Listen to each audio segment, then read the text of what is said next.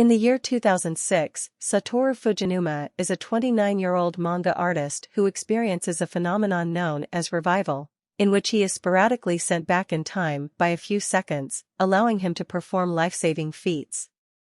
He uses this to save a boy from a runaway truck, the driver of which had died of a heart attack, but he is hospitalized for a few days.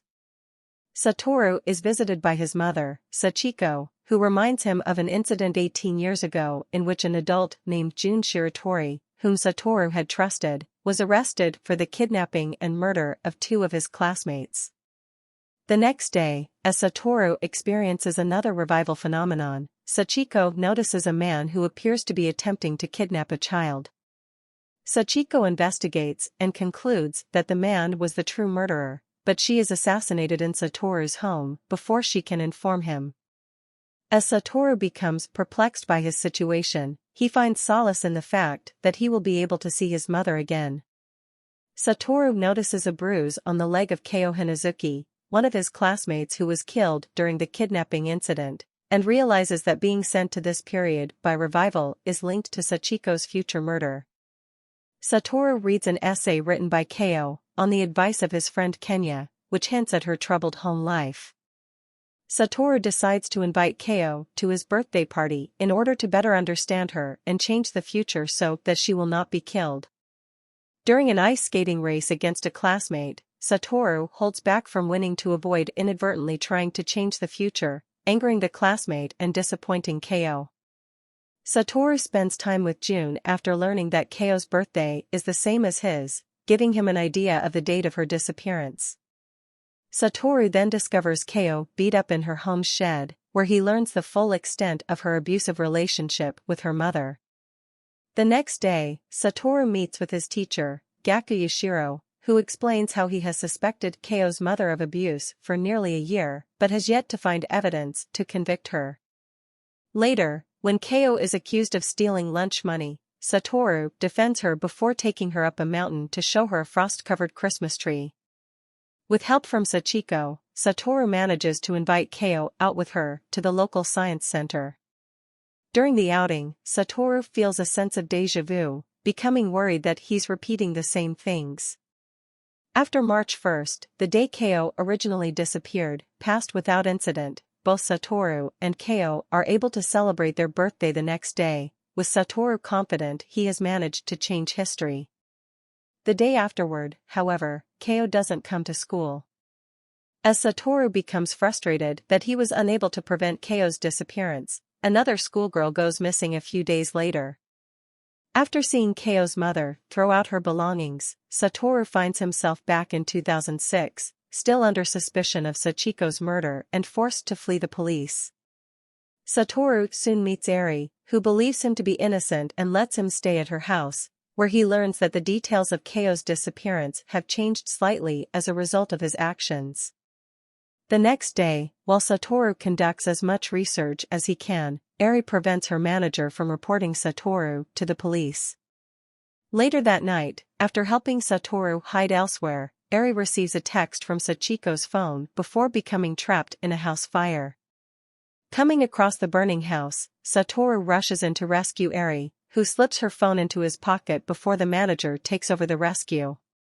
When Satoru discovers the message on Eri's phone, he calls a number Sachiko had left behind, arranging a meeting with an acquaintance of hers named Sawada. Sawada tells Satoru about Sachiko's last phone call, in which she claimed to know who the true kidnapper was but was unable to tell him before she was murdered.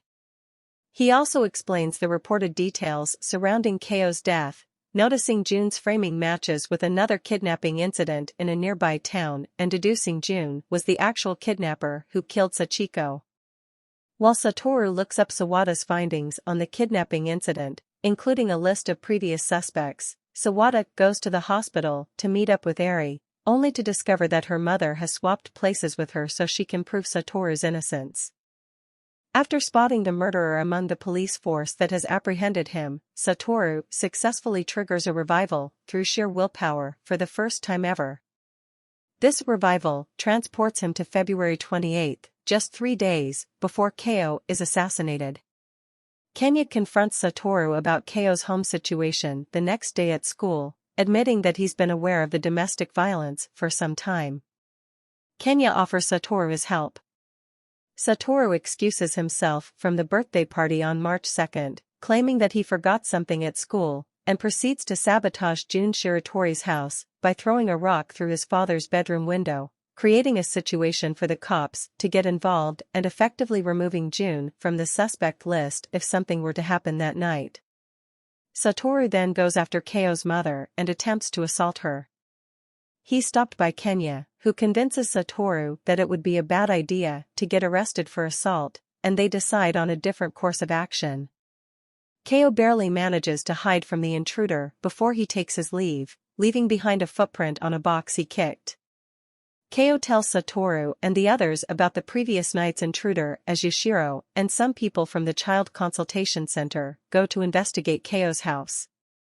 They discover tools that Satoru recognizes as the ones used to implicate Jun in Kayo's murder, as well as a briquette presumed to belong to the killer, in a rucksack that was left behind.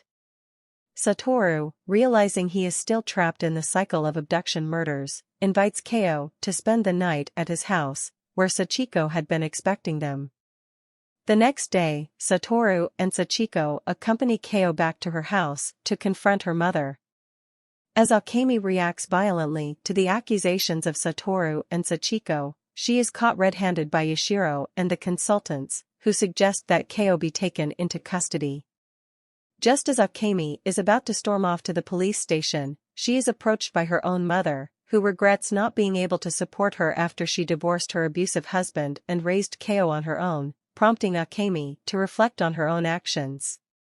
With Kayo gone to live with her grandmother, Satoru turns his attention to the other two potential victims, his classmate Hiromi Sugita and a student from the neighboring school, Ayanaka Nishi. While keeping an eye on both Hiromi and Aya, Satoru goes to inspect the bus, the contents of which have now been removed, and tells them about the serial killer who was targeting Kayo. 3 people, including Hiromi, were murdered the first time around, but this time, the targets were moved out of the killer's sight. However, Satoru is worried about whom the killer will go after next in place of his intended victims. Satoru awakens in 2003 after being in a coma for 15 years as a result of Yashiro's attempted murder and discovers that he has lost most of his memories, including the identity of the killer. Kayo, who has grown up to become a housewife with a child, pays Satoru a visit while he is in rehab, encouraging him to try harder to walk again. Later, he meets Kumi, a leukemia patient who is about to undergo surgery, as well as Yashiro, who has become a politician. Yashiro brings Satoru to the rooftop the night before Kumi's surgery, just as he regains his memories. After regaining his memories after speaking with Kayo, Satoru informs Kenya and Hiromi of his findings, before confronting Yashiro. Yashiro boasts that his previous crimes have already passed the statute of limitations, and reveals that he has planned to kill Kumi with a sabotaged foredrip and frame Satoru, making his murder look like suicide. Satoru, on the other hand, calls Yashiro's bluff, stating that he can't live without him, which is demonstrated when Yashiro prevents him from jumping off the roof. After realizing this and letting Satoru go, Yashiro prepares to commit suicide, only to discover that Satoru has been safely apprehended by his friends, at which point Yashiro is arrested. Years later, Satoru becomes a famous manga artist and is eventually able to meet Eri once more. Like, share, and subscribe if you enjoy this video.